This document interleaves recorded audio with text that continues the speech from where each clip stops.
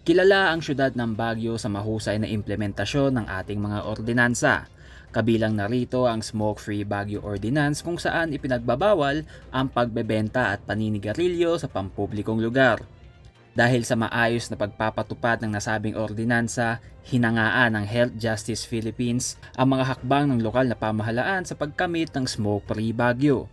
Baguio City is really one of the good examples of the local government units that implement comprehensively yung ating mga regulations, and I think that is something na Baguio should be every citizen of Baguio should be proud of kasi we can say na naging effective ang strategies ng Baguio to keep our young people from being hooked into this vice. Sa kabila ng istriktong pagpapatupad ng nasabing ordinansa, may ilan pa ring nakalulusot lalo na ang vape products.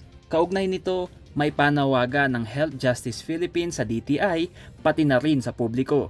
We understand that there are limitations right now, but as much as possible, we need to report. We encourage our people to report kung may nakikita silang mga ads at saka mga postings sa social media, dapat nire-report sa Department of Trade and Industry.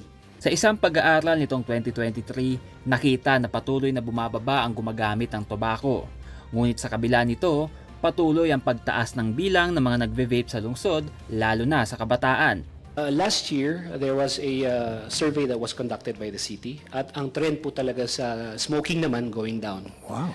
Pero yung vaping going up. Going up, no? Pero yung kumbaga yung rate of going down sa tobacco, which is rather medyo okay naman, normal. Yung sa vape naman medyo exponential because especially on vape and the youth. And our assessment on this is because yung vape industry is really doing its best marketing their product. Ayon pa sa POSD, kung nais nating wakasan ang problemang dala ng vape at sigarilyo, kulang na kulang umano ang enforcement lamang, kundi kailangan din ng pakikiisa ng publiko.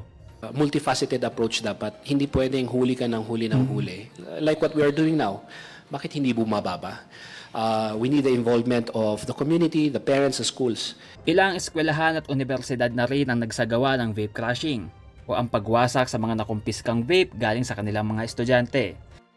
Ayon pa sa ahensya, Burnham Park ang pinakamaraming nahulihan ng vape sa lungsod ng Baguio. Nakalimitan galing pa sa mga bata. Ilan na rin sa mga kabataang gumagamit ng vape ay pinayagan umano ng kanilang mga magulang.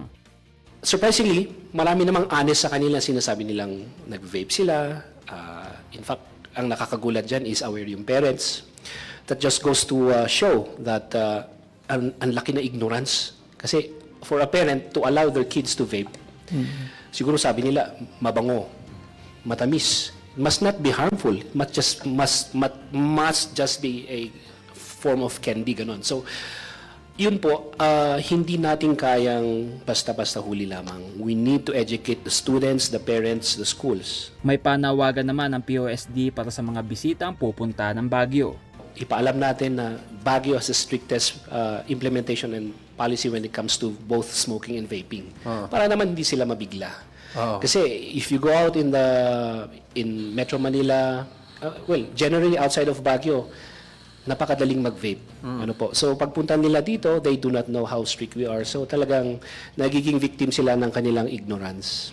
Marami ng pag-aaral na nagpatunay na ang vape ay may negatibong epekto sa ating kalusugan. Isang dahilan para ipagbawal ito. Conan Gulapa para sa PIO, Baguio Balita.